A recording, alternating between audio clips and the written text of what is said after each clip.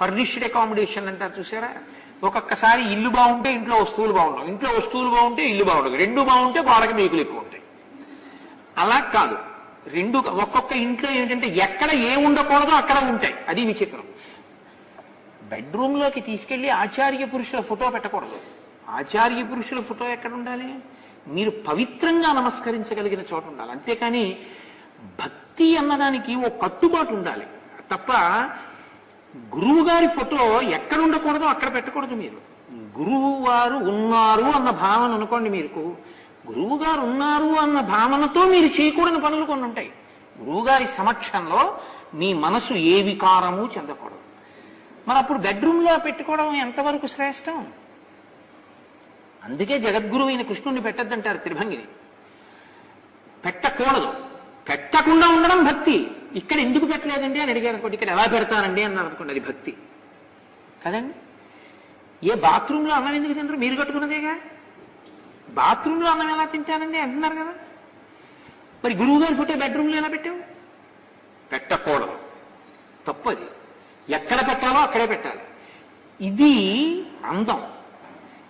ఇది ఎవరి అందం? ఇంటి అందం కాదు, ఇంటి యజమాని హృదయ సంస్కారం.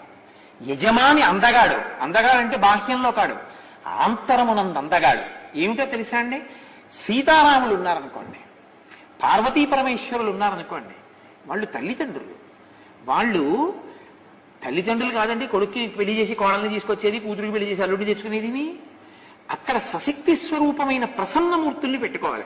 మేము ఆరాధిస్తామంటే భద్రకాళిని పెట్టకూడదు, అక్కడికి తీసుకెళ్ళి అది పూజామందిరంలో పెట్టుకోవాలి. ఎందుకంటే అది స్వస్థతతో ఆచమనం చేసి ఉపాసన చేయవలసిన స్వరూపం. గురువుగారు గురువుగారే. గురువుగారి ఫోటో ఎక్కడ ఉండాలో అక్కడ ఉండాలి. అంతేగాని గురువుగారి ఫోటో పెట్టుకున్నాను భక్తి అని చెప్పి పట్టుకెళ్ళి బాత్రూంలో కూడా ఎందుకు పెట్టుకో? అక్కడ కూడా పెట్టుకో. లెట్రిన్లో కూడా పెట్టు గురువుగారి ఫోటో. మరి ఎందుకు పెట్టలేదు? అదేంటంటే గురువుగారి ఫోటో లెట్రిన్లో ఎలా పెట్టావు? బుద్ధి ఉందా మీకు? ఆ ప్రశ్న ఏంటి? బెడ్రూమ్లో ఎలా పెట్టావు? ఇది సంస్కారం. ఈ సంస్కారంతో ఉంటే ఏమవుతుందంటే దేవతలు అనుగ్రహిస్తారు. దేవతానుగ్రహం ఎందుకు కలుగుతుందో తెలుసా అండి? ఏది ఎక్కడ ఉండాలో అక్కడ అది ఉండడం వల్ల. అది పొందాలి ప్రయోజనం. అది పొందడం అద్భుతం. అలా ఉంటే అర్ధనారీశ్వర స్వరూపం ఉందనుకోండి, పార్వతీ పరమేశ్వరుల్లో సగం పార్వతీదేవి సగం పరమేశ్వరుడు కలిసిపోయిన మూర్తి మీకు ఎదురుగుండా ఉందనుకోండి, అది దాంపత్యానికి పరాకాష్ఠ. మీలో సగం మీ భార్య అయిపోయింది. అది ఎక్కడన్నా పెట్టండి, ఇబ్బంది లేదు. అసలు కొన్ని చోట్ల ఏ ఈశ్వరమూర్తి పెట్టం, మన ఇంట్లో గదులైనా. అవునా కాదా? ఎందుకని? ఫోటో కాదండి, అది ఆయనే కదా. నమస్కారం పెడుతున్నారుగా. మీరు నమస్కారం పెడుతుంటే మా గురువు గారు మా ఈశ్వర స్వరూపము అంటే దానికి తగిన స్వరూపాన్ని అక్కడ పెట్టాలి కదండి. కాబట్టి ఇది తెలుసుకోవడం, ఇంటిని అందంగా పెట్టుకోవడం. అందుకే ఇల్లు బాగుంటే ఇంట్లో వస్తువులు పెట్టవలసిన రీతిలో పెట్టడం. ఇంట్లో ఉండవలసిన రీతిలో వస్తువులు ఉంటే ఇల్లు బాగుండదు. రెండు పరస్పర విరుద్ధంగా ఉంటాయి. రెండు బాగుంటే చాలా గొప్ప విషయం.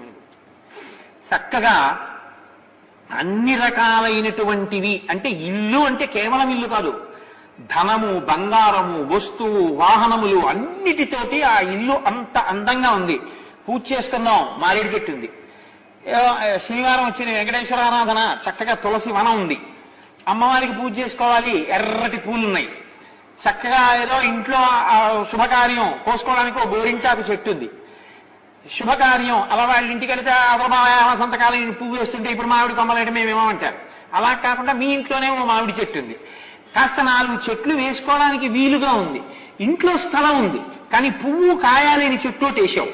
ఇంట్లో కోడలకి ఎంతకాలానికి గర్భం రాలేదని ఏడుస్తావు. పువ్వు కాయాలేని చెట్టుకు పాలు పోసి పువ్వు కాయ ఉండేటటువంటి చెట్టు పీకించేసిన వాడికి వంశాభివృద్ధి ఎక్కడి నుంచి వస్తుంది కదా?